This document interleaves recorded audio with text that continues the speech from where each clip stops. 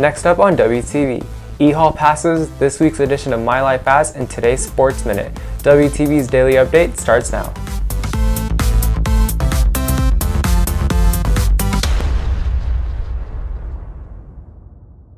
Hey there, Red Hawk Nation. Today is Thursday, September 17th, and I'm Advik Dixit with today's daily update brought to you by Wingspan TV. Many changes have been made this year due to COVID-19. The use of EHall Passes is one of them. WTV's Kate Graham has the details. In-person school has been in progress since September 3rd, but students and staff are getting used to the new EHall Pass launched by FISD. The EHall Pass was actually piloted in Frisco last year by Lone Star High School. And the thought behind it is it's honestly not the most hygienic for us to take these paper passes or plastic passes in and out of the bathrooms. Sometimes they get stolen, sometimes kids don't wash their hands and they're carrying and pass them off. Again, it's also a disruption to a classroom. A kid has to raise their hand, ask the teacher to go to the bathroom. Sometimes the teacher has to stop teaching to fill something out. So the plan was originally, long before COVID actually hit, was to see if we could move to a digital hall pass so that kids could request something in a way that it didn't stop class, that it didn't draw attention.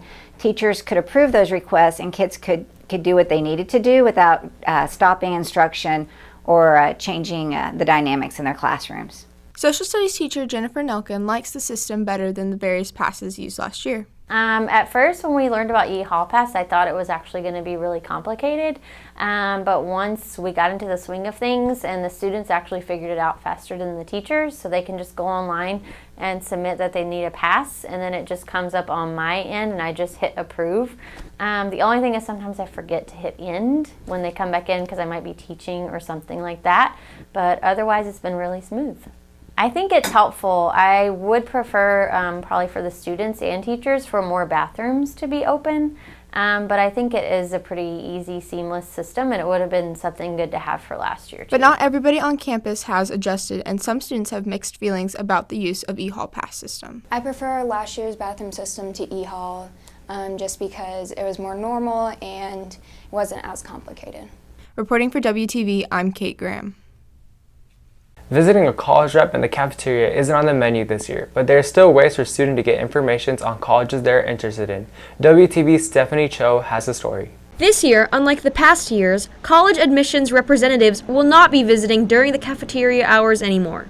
Instead, seniors and interested students will have two options: reaching out directly to a representative or attend a virtual visit via Zoom. To reach out directly, see the weekly newsletter to access a Google document that lists many colleges' contact information. To attend a virtual visit, Zoom links, dates, and times will be linked in a Google document that can also be accessed via the weekly newsletter. Despite the unusual circumstances, many colleges are continuing to participate, such as popular schools like Texas A&M and UT, as well as prestigious schools such as Brown, Cornell, Yale, Columbia, and Rice.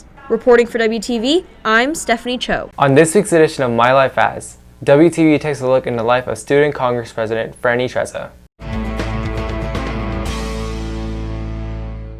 Student Council, we first just got all our stuff and then gave out assignments and then everybody got to work.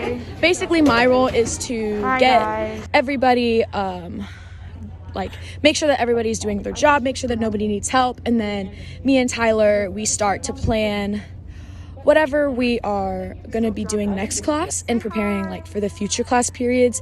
So then once that's done, I kind of just walk around, see if anybody needs help out on posters, help hanging things up. WTV's TJ Kurlowitz brings you today's Sports Minute. During the 2020-21 school year, Frisco ISD is implementing live streams for high school and middle school sporting events on the NFHS network. Personally, as a family, we're excited to get back in the stands and cheer on our football players. We understand the need for some restrictions. However, we hope that anybody that wants to attend a game is able to do that. A big part of football is the atmosphere, and if you've ever been to a game and seen the students section, you know how much fun that can be. Reporting for WTV, this is TJ Kurlowitz. If you're looking for more from Wingspan, you can follow us at Liberty Wingspan on Twitter, Instagram, and Facebook, or visit our award-winning website, libertywingspan.com. And now for today's announcements. For any announcements, have your club sponsor email libertywingspanstaff@gmail.com. That's it for today's daily update. This is Advik Dixit for Wingspan TV.